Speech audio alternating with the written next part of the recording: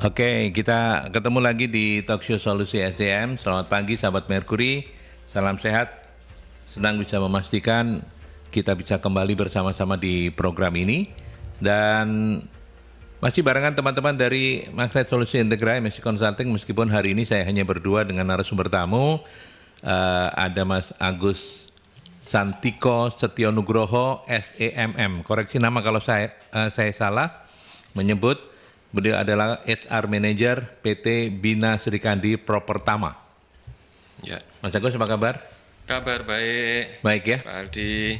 Ketemu ya, lagi kita. Ketemu lagi. Terima kasih. Satu kehormatan bagi saya bisa ketemu dengan Pak Aldi yang sumbernya banyak sekali ini. Sumbernya banyak sekali. Iya, apalagi pagi tadi juga cerah waktu berangkat ke sini. Cuaca juga tidak hujan. Tidak hujan ya. Sejuk, jadi enak kalau aman ya. Aman. Baiklah kalau begitu. Iya, ya, seperti biasa kasih. Nanti Anda juga bisa kembali join bareng narasumber di 0315620096 atau WhatsApp juga boleh, call ataupun message di 08173000096. Dan perbincangan ini selain bisa Anda ikuti melalui 9600 FM, ya. Kalau Anda ingin melihat, menonton, juga bisa melalui visual radio dari website kami di mercuryfm.id. Topik kita hari ini menarik, bagaimana strategi HR menghadapi burnout di era perubahan gaya kepemimpinan dan generasi. Oke, kita awali saja dengan pertanyaan yang sangat mendasar. Kerja keras apakah identik dengan burnout? Bagaimana membedakan kerja keras yang membangun ketangguhan dengan kerja keras yang cuman benar-benar kerja keras, energinya terbuang tapi sia-sia nggak dapat apa-apa? Iya. Bagaimana Mas Agus? Iya, Pak Aldi, memang terkadang itu paradigmanya adalah beberapa orang kalau kita kerja keras itu harus menguras energi, gitu kan ya. Terkadang kita juga demikian. Pada saat kita disuruh oleh pimpinan kita ataupun target dari perusahaan, tapi ternyata menghabiskan energi yang luar biasa. Kok kita jadi capek ya? Kok kita mikirnya sudah begini kok masih bisa salah dan sebagainya, kan gitu ya. Betul. Nah, itu adalah salah satu mentalnya dari sisi kita sendiri. Nah, apakah itu akan bisa bikin berat? Bisa. Karena beberapa kenyataan di lapangan, terkadang orang yang merasa dirinya sudah kerja keras gitu, tetapi tidak ada yang mengarahkan, sehingga mereka merasa aku ini dari kerja datang niat dengan posisinya yang bagus gitu ya, penampilan dan sebagainya, tapi ternyata kok tidak dihargai dan itu kok sia-sia. Aku ini sudah merubah bolak-balik skema dan sebagainya, tetapi kok masih dianggap demikian, akhirnya mereka tidak bisa mengikuti. Nah, itu kan berkaitan sama dengan circle ya Pak ya. Circle. Kalau circle-nya pimpinan ini demikian ya kita harus bisa mengikuti. Dan kita pun harus selalu bisa berbicara kepada lingkungan kita, apakah yang kita kerjakan ini sudah sesuai dengan yang diinginkan oleh pimpinan. Terkadang kita sendiri sama pimpinan itu sungkan ya. Akhirnya terjadi, enggak, aku diseneni terus, aku diomeli, aku gini aja salah kata-kata, salah gambar, salah grafik, ataupun salah hitungan. Kok aku juga sudah ditegur ya gitu, kan ya. Nah, itu kan akan terjadi pembicaraan antara dua arah, antara pimpinan sama dengan kita juga. Apakah sudah match apa enggak gitu. Terkadang pimpinan melihat kalau kita enggak match, dia langsung berhenti, tidak mau melanjutkan program-program. Ya sudah deh, biarin kamu aja gitu. Nah, hal-hal seperti itulah yang membuat si pegawai ini kurang begitu berkenan ketika untuk diajak maju. Gitu ya? Ya, burnout gitu. Ada beberapa yang seperti itu. Istilah burnout sendiri per definisinya apa, Mas? Ya, kalau misalnya burnout ini kan dia terjadi kondisi yang stres lah. Hitungannya demikian. Stres kronis yang merasa lelah, fisik, pokoknya mental, pulang kerja itu rasanya capek dan capeknya itu nggak nyaman ya? Iya. Capek yang larek diomeli yang tadi itu ya, itu betul. Burnout ya. Iya. Kurang lebihnya jadi kayak begitu. Bedanya kalau kita kerja dengan fisik sama kerja pikiran. Kalau kerja dengan fisik, tidur sebentar, 5 menit, 10 menit, 15 menit Udah fresh bugar lagi. lagi, Ya, betul. Tapi kalau dengan pikiran nyantol, Pak. Nah, itu. Itu Caranya kalau itu. orang Jawa bilang jangget gitu ya. Jangget. Iya bener. Angel jangget itu. Ya dicari padanan dalam bahasa Indonesia nggak ada, susah. Kadang saya ngomong bola-balik ini mau ngomong bahasa Indonesia, bahasa Jawa ini lebih tepat gitu ya. Iya, kadang-kadang klop. betul, kadang-kadang kayak gitu. Coba apa padanan katanya jangget? Jangget itu kan sesuatu yang membekas tapi bukan membekas gitu ya. Nyantol gitu kan, nyantol gitu. Iya. Oke. Nah, tentu sebelum sampai pada fase burnout itu ada tanda-tanda. Teman-teman SR kan terutama mungkin kalau sudah senior kayak Mas Agus sih udah pasti lihat aja tahu, oh ini anak ini gejala-gejala mau burnout ini gitu. Tapi yang bagi yang baru-baru apa Mas tanda-tanda atau bagaimana cara membaca tanda-tanda awal dari terjadinya burnout itu? Nah, ini kayaknya Pak Aldi ini sesuatu ingin membuka rahasianya Itzar ini ya, kelihatannya gitu ya. Karena memang kita harus punya sense ya, sense yang dari sisi seorang Itzar itu harus tahu kapan waktunya kita itu bisa bergerak, kapan waktunya kita itu untuk berhenti. Kelihatan banget gitu kan ya, apakah dia siap apa tidak dengan data. Terkadang mereka menghadap ke kita pun itu mereka sudah siap, tapi pas maju dia ngomong aduh secara pelan, tetapi kita juga mendengar gitu kan ya. Dan itu akan kelihatan dari gerak-gerik sehingga kita merasa wah ini bahaya ini. Nah ini bahaya nih, ini bahaya. Nah itulah yang harus kita setting pada diri kita sendiri untuk tidak terlalu menekan. Tapi sebetulnya ya bukan menekan ya, karena tuntutan dari perusahaan itu yang harus kita jelaskan. Terkadang kita perumpamaan kita sampaikan supaya mereka mengena dengan apa yang kita maunya gitu ya. Apabila kalau kita itu terlalu itu mereka pasti akan stres dan pulangnya besok paginya pun juga nggak fresh. Itu sometimes ya kita harus ajak diskusi, ngobrol ringan dan sebagainya. Kenapa, ada apa yang kamu bisa selesaikan? Bisa Pak gitu kan. Tapi kita lihat raut mukanya itu stres. Kadang-kadang pucat gitu kan ya, pucat atau apa. Tapi ya kita deketin. Nggak usah dipaksakan. Kalau kamu bisa semampumu seberapa, nanti kamu pikir lagi. Kenapa kamu kerjakan itu? Karena ada alasannya ini kita terangkan. Gitu. Artinya mungkin yang kelihatan juga itu kalau misalnya bawaannya dia itu ceria terus tiba-tiba jadi pendiam gitu ya. Udah mulai mengarah ini ya. Menutup gitu kan ya.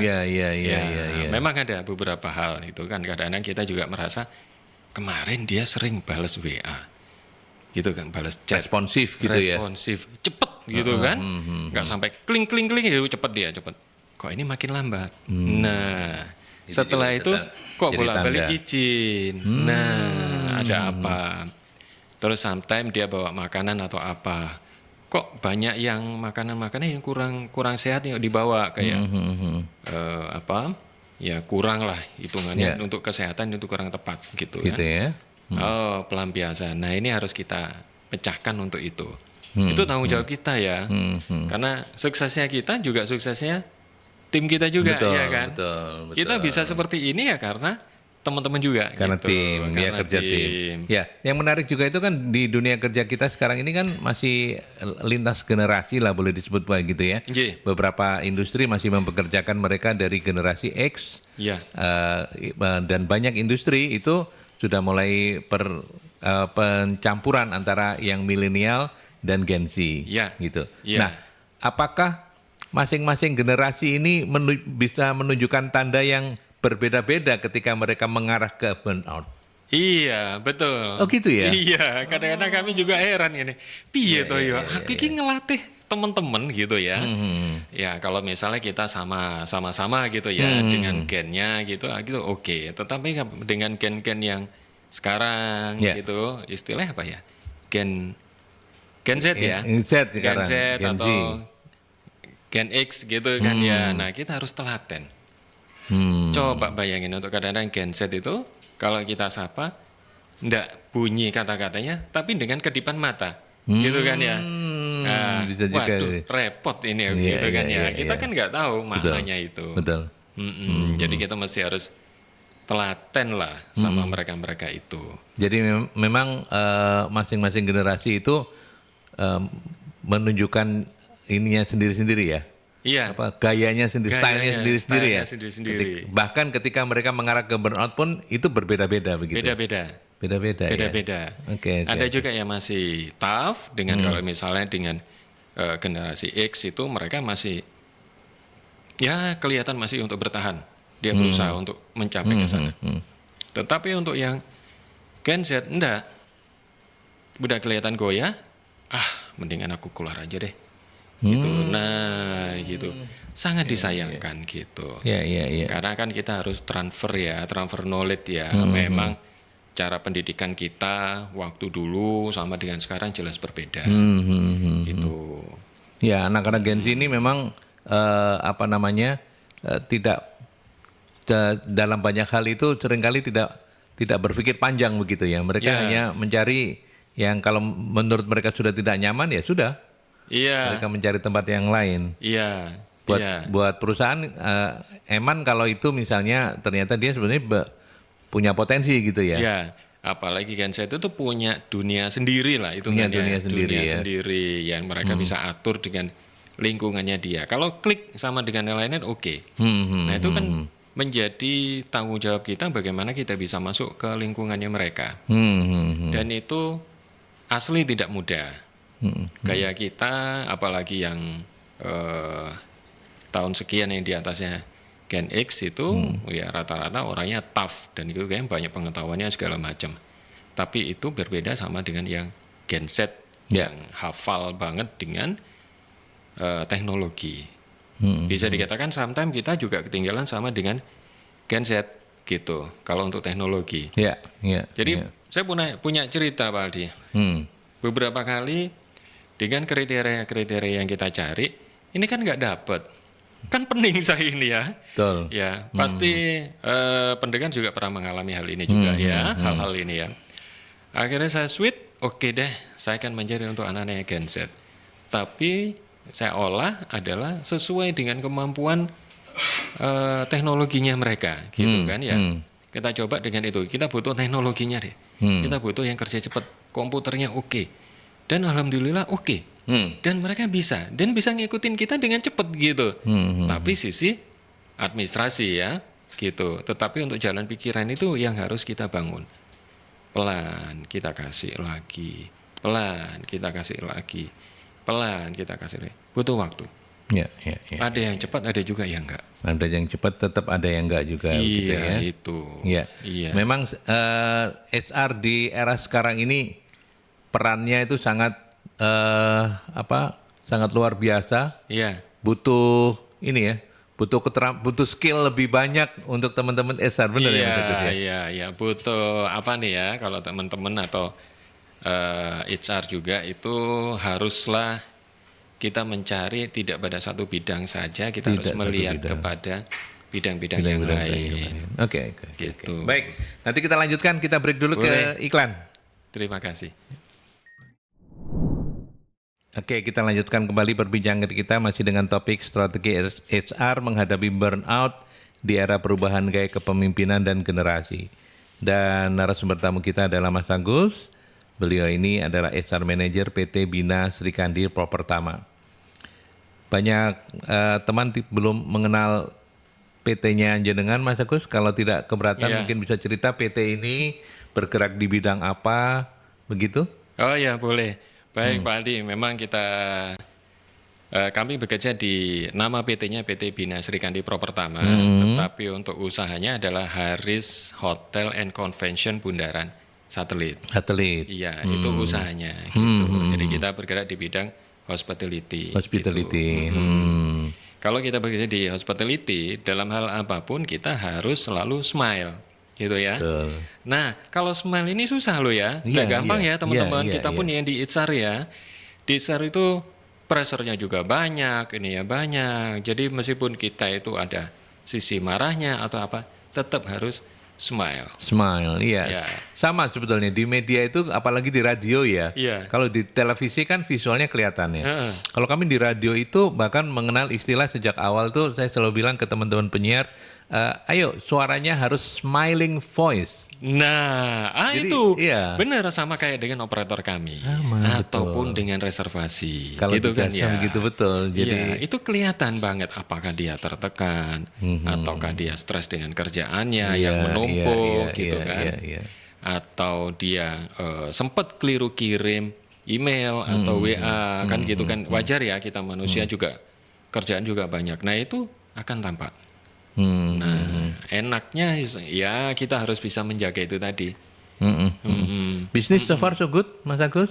Ya, alhamdulillah sekarang Alhamdulillah masih berjalan dengan baik dengan kondisi yang sekarang kita harus pintar-pintar untuk mencari celah ya. Iya. Iya.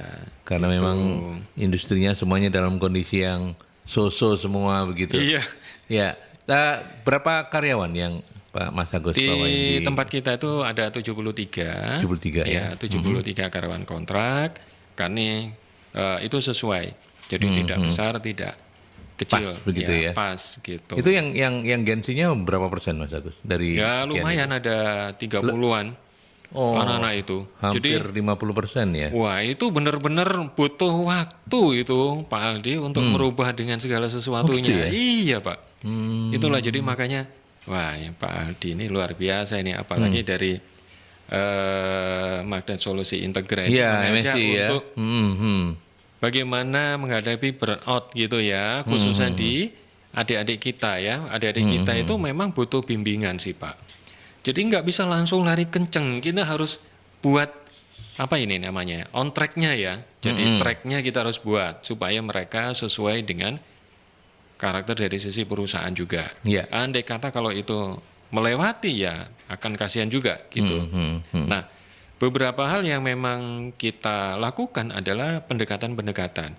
Pada saat diajak omong, oke, ngerti bisa.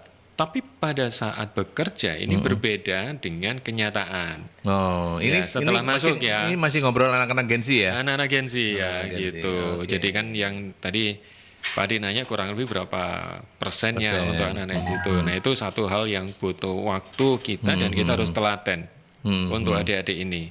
Apalagi kita usahakan supaya mereka tidak stres. Kita ajarin juga untuk kelola waktu.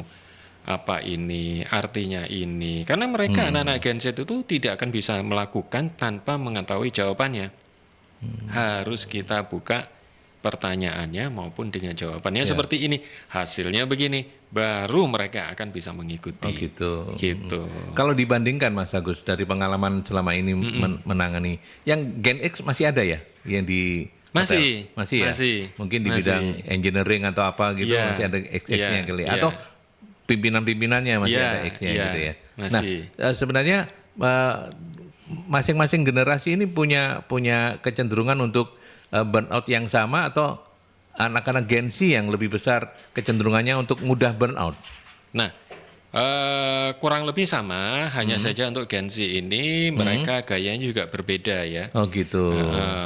Mereka tidak bisa menutupi, tetapi untuk Gen X itu mereka masih bisa untuk menutupi berkomunikasi dan lain sebagainya, itu mereka masih bisa. Tetapi untuk yang Gen Z ini enggak. Jadi mereka langsung aja push gitu kan.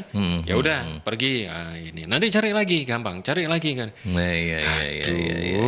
Kasihan juga mereka ini. Iya, oke. Tetap kita selalu membimbing mereka. Ya. Nah, ini kalau kita mencoba mengkomparasikan begitu ya.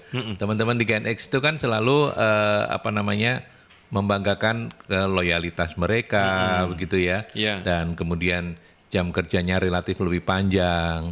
Sementara anak-anak generasi baru Gen Z itu lebih menuntut, istilah mereka work-life balance. Iya, betul. Artinya ya kerja tapi harus seimbang. Ada waktunya untuk menikmati ini dan lain sebagainya. Nah, SR tentu mesti mengcombine kedua-duanya agar selaras dan menuju pada tujuan yang sama. Bagaimana kemudian menurut Mas Agus SR harus berperan dalam kondisi seperti ini? Ya, Mereka ini khususnya kita ya yang Gen X itu kalau kita kerja jam panjang itu akan menjadi oke dan diperhatikan gitu kan oleh perusahaan. Tapi terkadang juga tidak efektif. Oke. Kerjanya panjang tetapi diolor-olor gitu.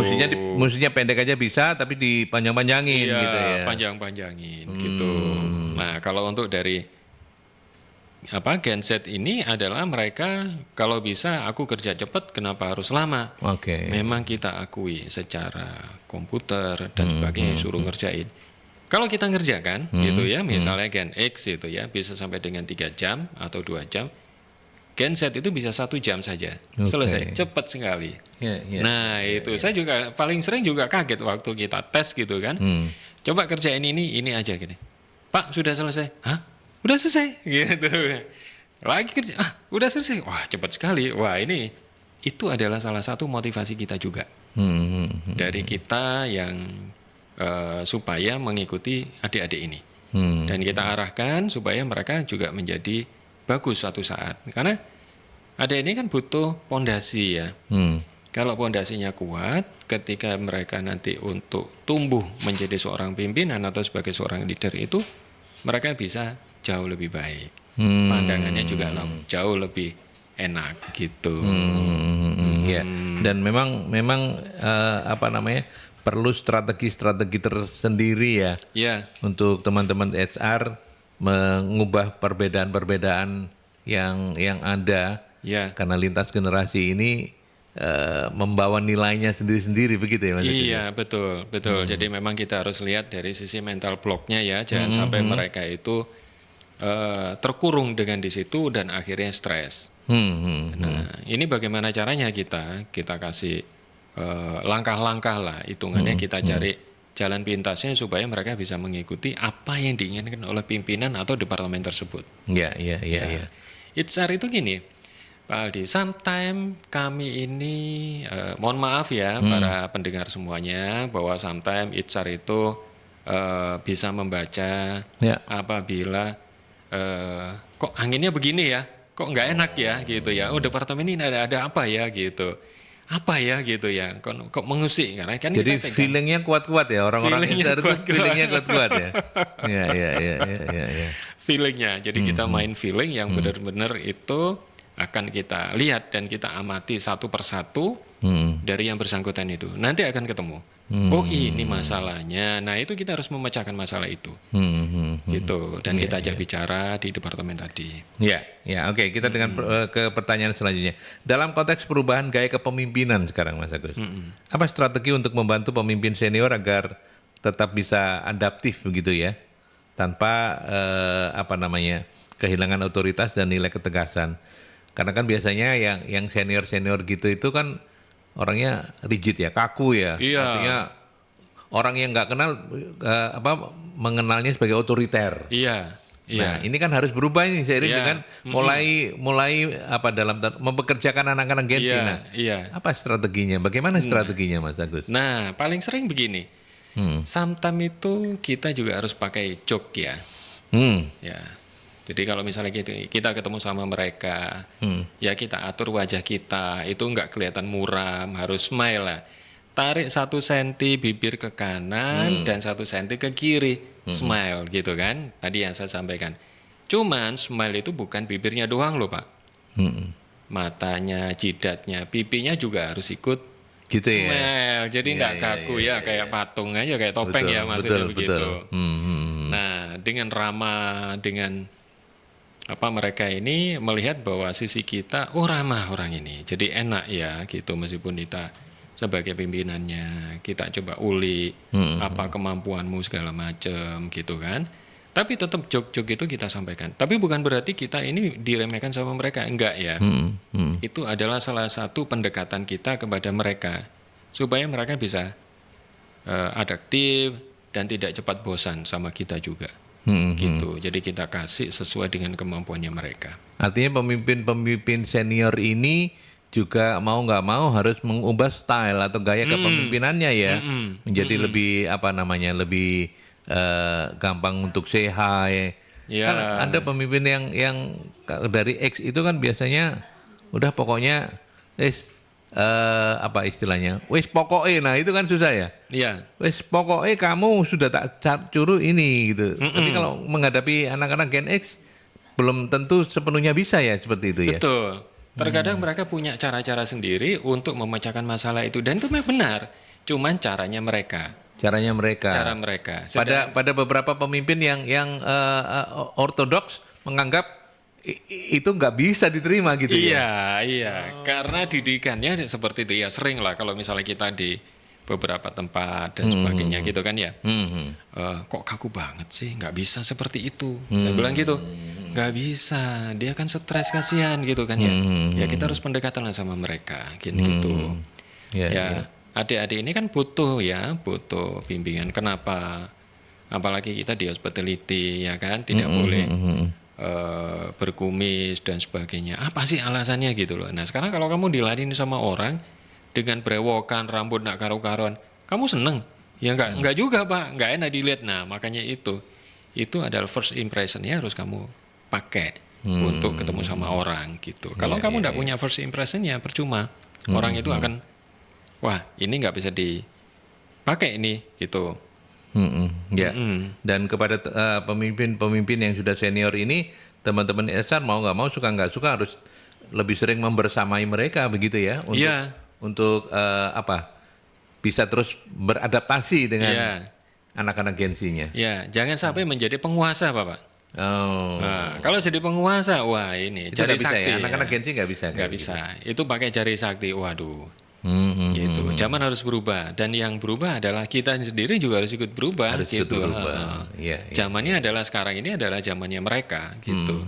Dalam jangka waktu 5 sampai 10 tahun ke depan ini sudah zamannya mereka, kita bakalan ketinggalan juga gitu kan. Nah, kitalah yang harus ikut berubah. Kita harus mengenal bagaimana dengan karakter-karakter mereka dan sebagainya. Kan kita sering ya kadang-kadang ikut seminar-seminar dan dikeluhkannya bagaimana dengan anak-anak Gen Z segala macam gitu kan ya. Ya itu paling tidak kurang telatennya dari sisi kita menghadapi mereka. Iya. Nah, teman-teman SR ini kan memang ada di tengah-tengah ya. Ya, kecepit Pak. Kecepit. Iya. Artinya kan tadi kita barusan bicara soal bagaimana kemudian HR membersamai para pemimpin senior itu agar bisa selaras dengan anak-anak Gen Z. Iya. Berarti teman-teman SR juga punya tanggung jawab untuk mendekati anak-anak Gen Z, memperkenalkan dunia kerja, nggak bisa seenak-enakmu, udel-udelmu gitu kayak gitu. Nah itu gimana strateginya ke anak-anak Gen Z-nya sendiri? Sometimes itu kan ya dari sisi perusahaan itu ngomong, anak-anak ini gimana sih gitu kan? Gitu. Ya terus paling yang dipanggil adalah orang-orang HR. Sudahlah. Itu dia. Kamu handle deh gini. Wah kita mikir gitu kan. Kita mikir nggak langsung nemuin. Kita mikir dulu. Anak ini sekolahnya di mana, kehidupan sehari-hari seperti apa, yang dipegang dia apa saja dan sebagainya, dunianya apa kan gitu. Kita harus belajar dulu. Setelah kita belajar, baru kita deketin. Deketinnya pun ya hitungannya tidak langsung to the point, langsung kita selesaikan atau kita kasih hukuman ya. Tentu kita ingin tahu apa sih kenapa gitu loh. Hukuman itu bisa dihilangkan, pasti ada alasannya. Nah, di situ loh dia akan bisa terbuka gitu. Jadi memang harus sejauh itu ya HR pendekatannya ya. Sometimes kita ngobrol, ngapain sih kok berdua kok lama-lama banget gitu kan. Orang lain melihatnya, loh kita ini mengulik gitu. Sometimes orang tidak mau membuka alasannya apa dan kita harus telaten untuk mengetahui apa sih permasalahannya apa. Kalau kita bisa bantu, kita bantu. Nah, di situ loh kita catat. Baru kita sampaikan sama manajemen. Permasalahannya ini. Bisakah kita memecahkan masalah itu? Karena menurut mereka kurang tepat. Dengan cara seperti ini lebih tepat. Tapi dari sisi manajemen, ya udah langsung selesaikan aja. Nah itu tidak bisa demikian. Gitu. Ya karena mau nggak mau suka nggak suka zaman juga sudah berubah ya Mas Agus ya. Zaman berubah. Nanti ke 5-10 tahun ke depan sudah benar-benar berubah ketika yang X sudah tidak ada, ganti milenial dan udah makin banyak lagi anak-anak Gen Z di dunia kerja begitu Betul. Ibaratnya gini, kalau dulu ya kita dulu kalau kita kerja gimana? melamar kerja ya Pak Ali ya. Yang orang tua udah nyamin harus disetrika, oke, ya kan. Celana harus licin, oke. Sepatu harus pantofel, gitu ya kan. Nah sekarang gimana sepatunya mereka, iya kan? Wah, merek-merek terkenal dengan sepatu sport. Nah, gitu kan ya. Aduh, gimana ini ya kita ngerubahnya gitu ya. Kita harus pendekatan lagi untuk menjelaskan. Ya. Oke, baik. Kita ke pesan-pesan lagi Mas Agus. Nanti kita lanjutkan kembali. Baik. Terima kasih. Oke, kita lanjutkan kembali. Dan terima kasih untuk Mbak Ivi yang sudah mengirimkan sharingnya, pertanyaannya untuk kita, untuk saya bersama Mas Agus. Mbak Ivi nanya gini Mas Agus, kadang HR diminta menjadi penyembuh burnout, padahal HR-nya sendiri burnout. Iya. Nah, terus saya kepo nih Pak, siapa yang ngurus HR kalau HR-nya juga lelah?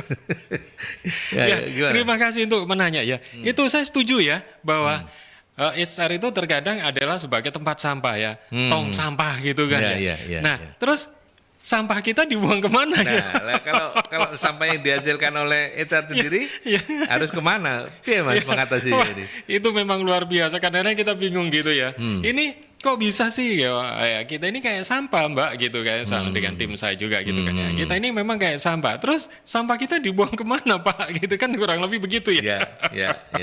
Jadi kadang orang marah, orang mencaci maki itu kan larinya ke HR kan gitu. Ataupun dengan pimpinan kita sendiri marah dia kan. Marahnya bukan sama kita tapi dengan departemen lain atau apa gitu. Wah, dikeluarin semua gitu. Tapi leader kita tahu bahwa kita pun juga tidak akan ambil hati begitu. Dia hanya butuh pelampiasan saja. Kan begitu ya. Otomatis dengan sisi kita sendiri adalah kita hanya bisa legowo saja untuk begitu. Dan kita bisa menghilangkan stres dari beberapa teman-teman maupun di kita sendiri. Mau tidak mau kita harus ambil rehat lah. Istirahat, kita refreshing, kita ngobrol sana sini gitu kan ya. Kita cari juk-juk atau teman-teman kita yang seneng memberikan humor gitu kan ya, supaya kita juga ringan gitu ya. Pressure kita luar biasa, memang tidak kelihatan. Orang lain tentu akan mengatakan HR itu kerjane opo sih? Wong lungguh tok ae lho. Opo ae gitu, ngono kok dibayar kan gitu katanya. Lungguh tok enggak riwa-riwi enggak ini gitu loh. Memang kita tidak bisa mengungkapkan, ya kan? Kita itu tutup mulut, tutup mata, tutup telinga, sudah begitu. Tapi kita menerima semuanya kan gitu ya. Kita bisa melihat, kita bisa mendengar, kita bisa omong, tapi tidak bisa kita terkunci seperti itu. Itu mungkin salah satu yang dimaksudkan ya. Saya setuju banget itu. Waduh, itu luar biasa nih kelihatannya. Deritanya sama dengan kami-kami kelihatannya gitu ya. Berarti kalau HR itu lagi burnout gitu terus nyari telepon teman-temannya semua sesama HR terus karaokean gitu kali ya. Ayo ngopi yuk gitu. Kok aneh-aneh kan kadang-kadang. Duh, kenapa sih HR kok mau-maunya duduk di warung kopi yang biasa yang jelek gitu ya. Yang ngilangin stres juga gitu kan. Bisa juga begitu ya. Tapi intinya adalah saya percaya teman-teman HR karena sudah terbiasa menangani orang burnout itu, nggak sampai burnout mereka bisa merecover ya. Secara automatically itu. Teman-teman HR tuh pinter kok Mbak Ivi, tenang aja Mas. Aku juga pinter. Jadi memang kita tuh serba susah. Kita kegencet ya kayak itu tadi ya, seperti disampaikan bahwa leader kita itu mintanya begini gitu. Kalau kita implementasikan ke bawah ini nanti kacau ini yang dibawa. Gimana kita mencari kata-kata, sikap dan lain sebagainya supaya smooth. Kita jalankan. Terkadang karyawan atau staf-staf kita nanya, kok bisa ini gitu. Kok bisa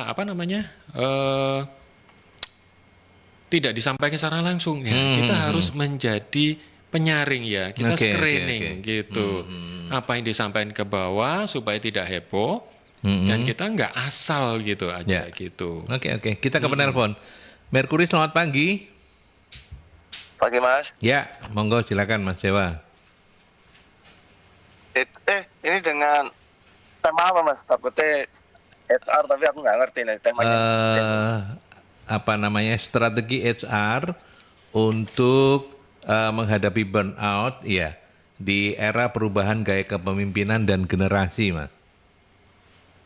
Oh ya, Ya. ada dua mungkin saya tanyain. Mm-mm. Itu yang pertama adalah bagaimana, kenapa kok ada suatu perusahaan yang notabene contoh perusahaan besar ya, lalu di bidang marketingnya itu mereka saling sikut, saling marketing dan sales itu kayak gap-gapan gitu loh. Kayak contoh lah dunia asuransi, dunia falas, dunia bank juga atau apa, atau dunia otomotif yang cari-cari customer gitu lah ya mungkin. Ya, itu kadang kita ngeliat dari luar tuh casingnya ini perusahaan besar nih, tapi ternyata di dalam itu sikut-sikutan nggak kita. Saya kadang punya teman beberapa di marketing sales cerita masih tahun 2025 ini masih kayak gitu sikut-sikutan. Iya mas, gini.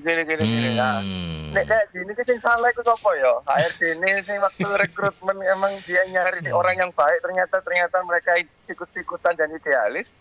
Apa ternyata terus setelah diterima terus dia ada perubahan situasi keadaan kerja lalu merubah cara mereka bertindak gitu loh. Jadi kalau kayak begini yang diperbaikin siapa gitu loh? Apakah HRD harus memanggil oknum-oknum yang kayak senioritas, junioritas kayak gitu? Kamu itu ngapain? Dataku diambil. Itu kan klienku. Lah kayak gini apakah HRD tidak bisa menengahi gitu loh? Ayo kita kerja tim gitu. Itu gimana? Yang kedua, bila ada pegawai baper.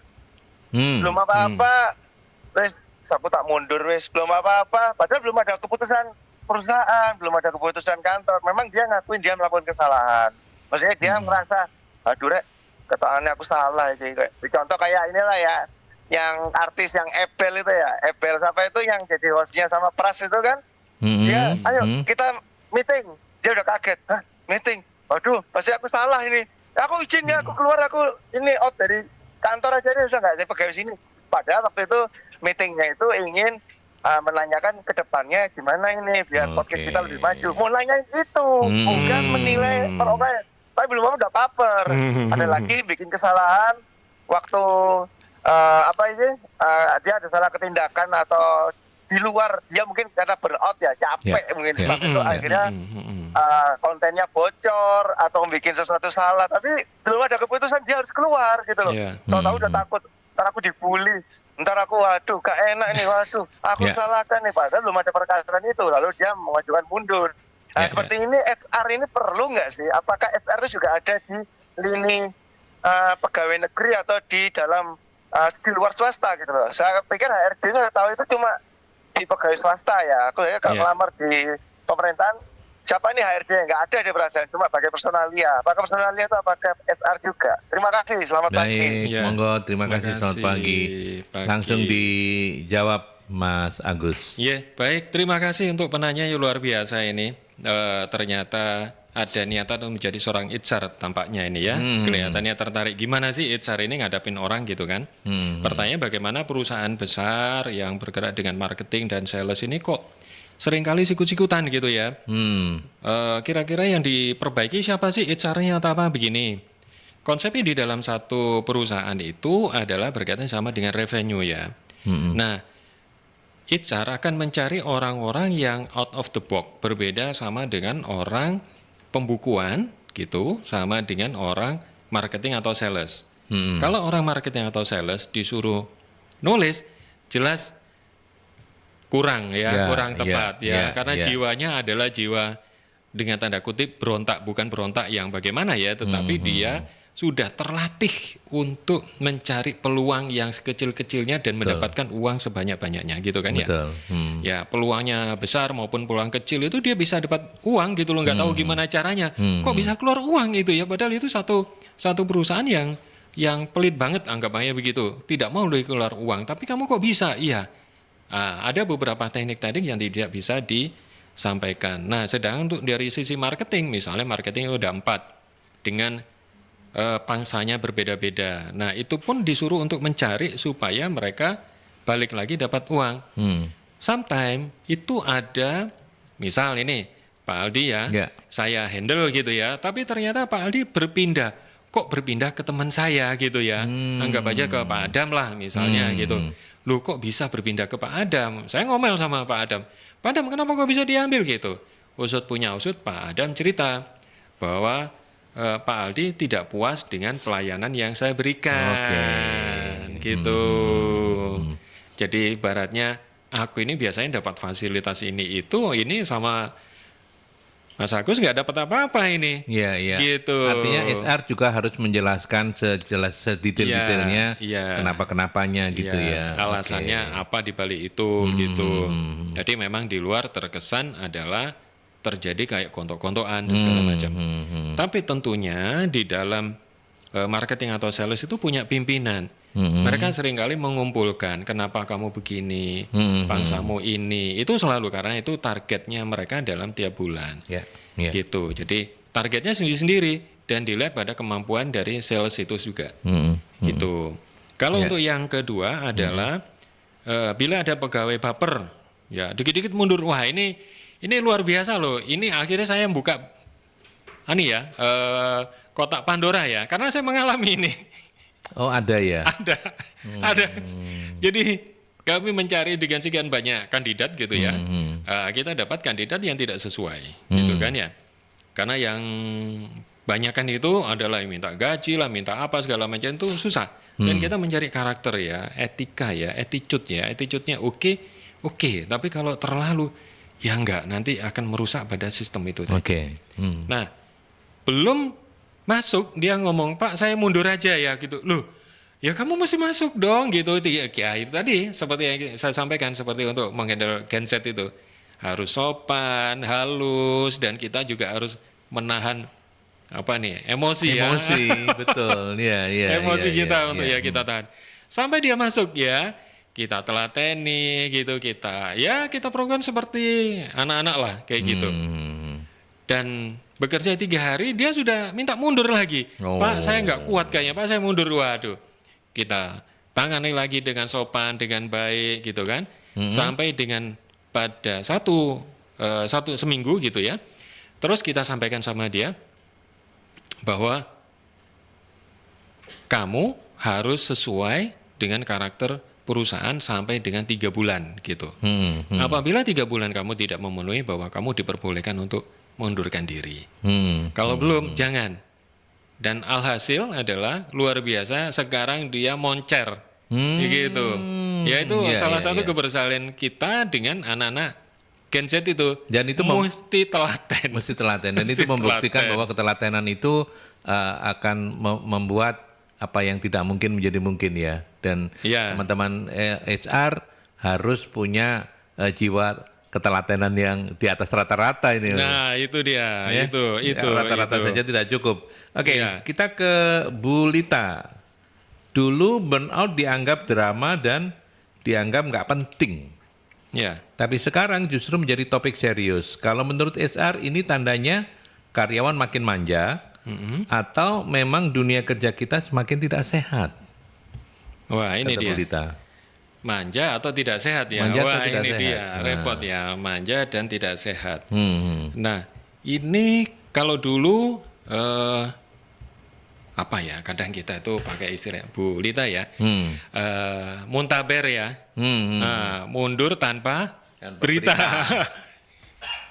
Nah, inilah sesuatu yang wah, ini kenapa kok tiba-tiba mundur kan gitu? Ada apa ya gitu? Kita salahnya di mana? Nah, kita koreksi itu kan. Kita sudah panik juga gitu kan. Kenapa kok mundur? Anak ini bagus kok begini. Nah, itu kita cari solusinya. Nah, kalau manja sekarang rata-rata adalah dari sisi genset, mintanya semuanya dilayani. Ya, dilayani dengan baik, apapun itu sudah cemepak. Ya, salah satunya kenapa sih untuk genset sama aja dengan anak-anak kita.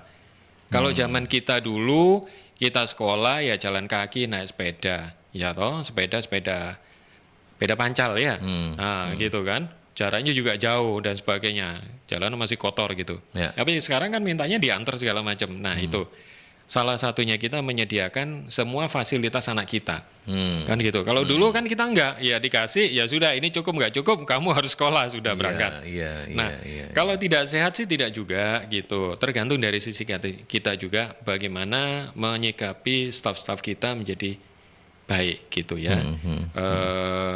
Kalau tidak sehat, tidak semuanya tidak sehat. Tergantung dari pimpinan-pimpinan kita semuanya, kita rembukan apakah kita ini bisa sih merubah karakter dari perusahaan juga gitu, supaya mereka menjadi sehat. Dan kita sampaikan sama karyawan bahwa HR itu kita, tadi yang saya sampaikan bahwa karyawan kita adalah 73 ya Pak ya. Kita nggak ngurusi 73 ya, 73 dikalikan 5. Keluarganya, bapak, ibu, ya kan, 2 nih.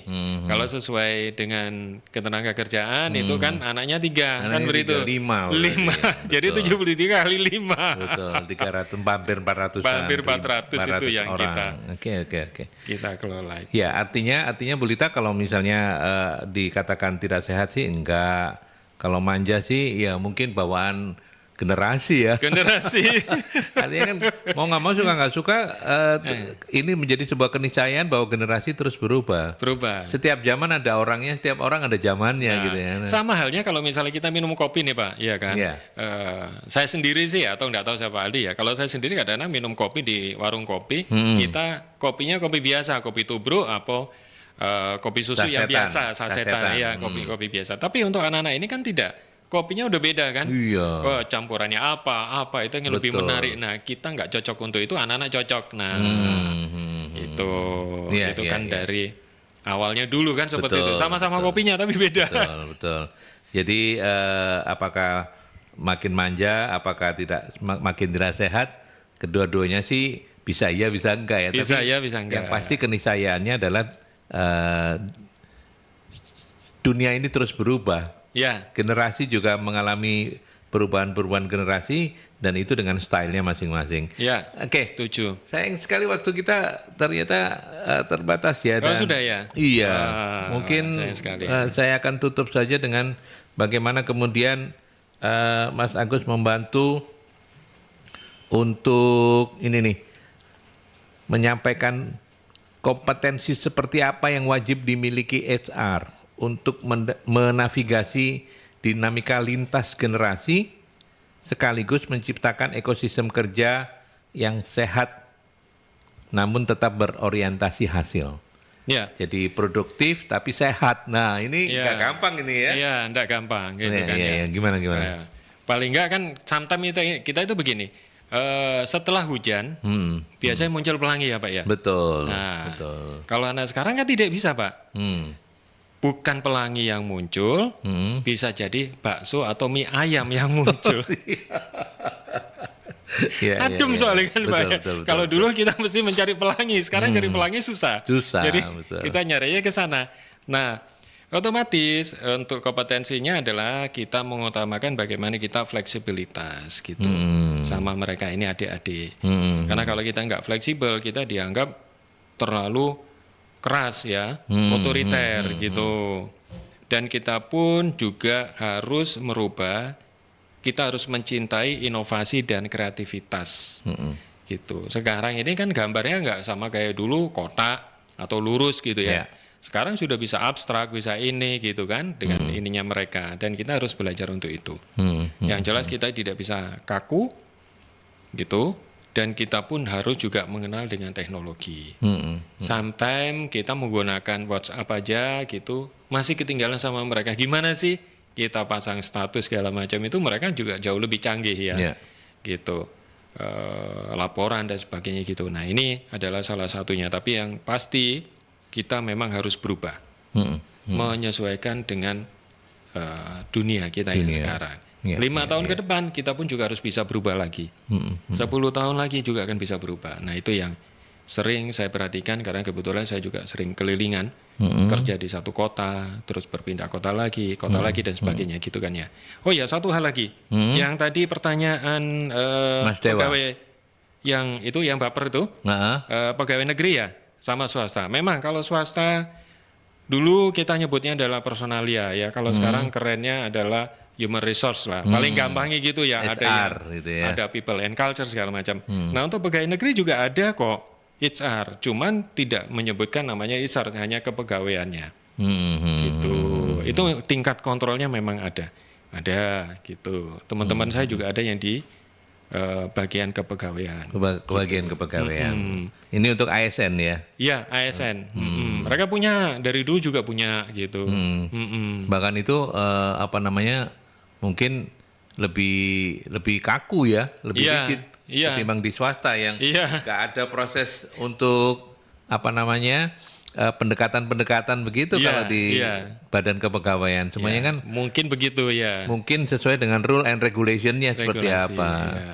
Tapi Kalau swasta nggak boleh ya, kita harus touch ya. Betul. Satu persatu orang harus dideketin. Apapun masalahnya harus kita deketin. Nah, gitu. kalau apa yang disampaikan Mas Agus masih tidak menyurutkan semangat Anda untuk menjadi profesional HR ya, Iya. belajar dari beliau aja bisa gitu ya. Oke, baik. Baik, iya. By the way, terima kasih banyak sudah berkenan rawuh Mas Agus. Iya. Sebentar, saya harus menyampaikan nama lengkap. Mas Agus Santiko Setionugroho SMM. Beliau adalah HR Manager PT Bina Srikandi Propertama yang menangani Hotel Haris ya Ya, di Surabaya. ya. Mas Agus matur nuwun sudah rawuh yang kedua kalinya di sini. Terima kasih Pak Aldi. Sehat-sehat terus. Amin. Sukses untuk jenengan, sukses untuk perusahaannya ya. Ya, terima kasih. Terima kasih juga untuk para pendengar yang selalu setia dengan Radio Mercury. Mercury. Baik, terima kasih banyak. Terima kasih. Saya mewakili narasumber juga segera mohon pamit dari talk show Solusi SDM kali ini. Sampai ketemu dalam talk show Solusi SDM selanjutnya. Sampai jumpa. Sampai jumpa.